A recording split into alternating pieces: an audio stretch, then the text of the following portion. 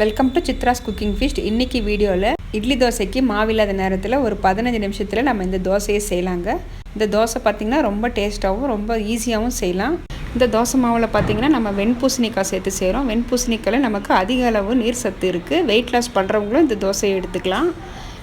இந்த இன்ஸ்டன்ட் தோசை ரெசிபியை பார்க்குறதுக்கு முன்னாடி இப்போ தான் நம்ம சேனலுக்கு ஃபஸ்ட் டைம் வரீங்கன்னா நம்ம சித்ராஸ் குக்கிங் ஃபீஸ்ட் சேனலை சப்ஸ்கிரைப் பண்ணிவிட்டு பெல் பட்டனை ப்ரெஸ் பண்ணி வச்சுக்கோங்க. அப்போ தான் நான் போடுற வீடியோஸ் வந்து உங்களுக்கு நோட்டிஃபிகேஷனாக வரும். இப்போ இந்த தோசைக்கு ஒரு குயிக்காக ஒரு சட்னியும் நம்ம எப்படி செய்கிறதுன்னு பார்த்துடலாங்க. வெள்ளை பூசணிக்காய் நல்லா வாஷ் பண்ணிவிட்டு ஒரு 1/4 கிலோ அளவுக்கு எடுத்திருக்கேன். இதை நம்ம சின்ன சின்ன பீஸாக கட் பண்ணிக்கலாம். ஃபஸ்ட்டு மேலே இருக்கிற தோலை எடுத்துடலாங்க.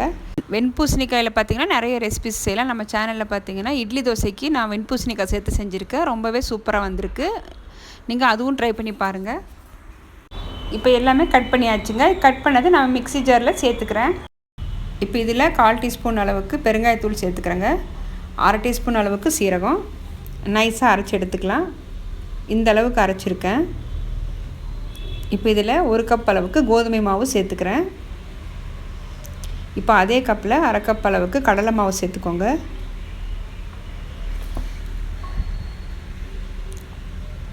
இந்த தோசைக்கு தேவையான அளவுக்கு உப்பு சேர்த்துட்டு நம்ம கோதுமை மாவு எடுத்து அதே கப்பில் 1 கப் அளவுக்கு தண்ணி சேர்த்துக்கலாம். தண்ணி சேர்த்துட்டு நல்லா ஒரு தடவை மிக்ஸ் பண்ணிக்கோங்க. மிக்ஸ் பண்ணிவிட்டு நல்லா அரைச்சி எடுத்துக்கலாம். இப்போ அரைச்சதை ஒரு பாத்திரத்தில் சேர்த்துக்கிறேன். எனக்கு முழுசாக 1/2 கப் அளவுக்கு தண்ணி தேவைப்பட்டது. இப்போ இந்த திக்னஸ் கரெக்டாக இருக்குது. இப்போ ஸ்டவ் ஆன் பண்ணி ஒரு பேன் வச்சுருக்கேன். இதில் 2 டேபிள் ஸ்பூன் அளவுக்கு எண்ணெய் சேர்த்துக்கிறேன். 1/2 டீஸ்பூன் அளவுக்கு சீரகம், 2 டேபிள் ஸ்பூன் அளவுக்கு கருப்பு உளுந்து சேர்த்துக்கலாம். கருப்பு உளுந்துக்கு பதிலாக நீங்கள் வெள்ளை உளுந்து கூட சேர்த்துக்கலாங்க. 1 டேபிள் ஸ்பூன் அளவுக்கு கடலைப்பருப்பு, ஒரு கைப்பிடி அளவுக்கு வேர்க்கடலை சேர்த்துக்கோங்க. ஒரு எணுக்கு கருவேப்பிலை. நல்லா கொஞ்சம் நேரம் ஃப்ரை ஆகட்டும். இதில் காரத்துக்கு 3 காஞ்ச மிளகாய், 10 பல்லு பூண்டு, ஒரு சின்ன துண்டு அளவுக்கு இஞ்சி சேர்த்துக்கிறேன்.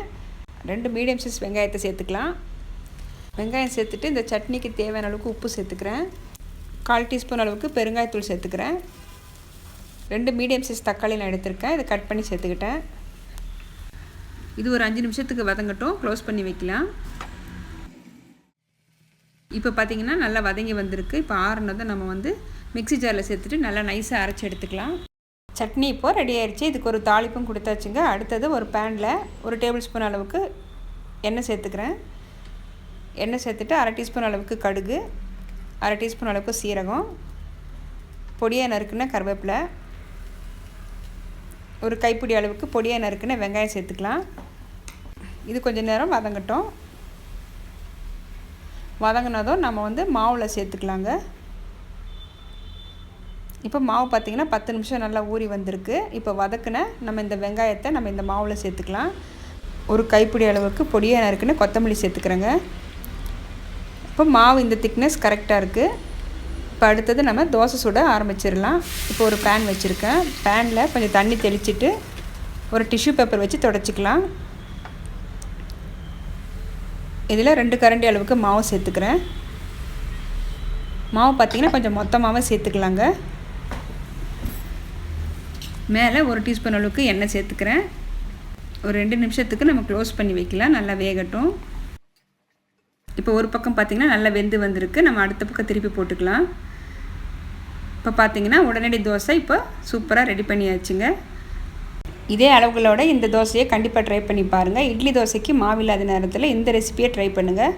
இந்த ரெசிபி உங்களுக்கு பிடிச்சிருந்ததுன்னா வீடியோவுக்கு லைக் பண்ணுங்கள், ஷேர் பண்ணுங்கள், கமெண்ட் பண்ணுங்கள். இப்போ தான் நம்ம சேனலுக்கு ஃபஸ்ட் டைம் வரீங்கன்னா சேனலுக்கு சப்ஸ்கிரைப் பண்ணிவிட்டு பெல் பட்டனை ப்ரெஸ் பண்ணி வச்சுக்கோங்க. அப்போ தான் நான் போடுற வீடியோஸ் வந்து உங்களுக்கு நோட்டிஃபிகேஷனாக வரும். தேங்க்யூ ஃபார் வாட்சிங்.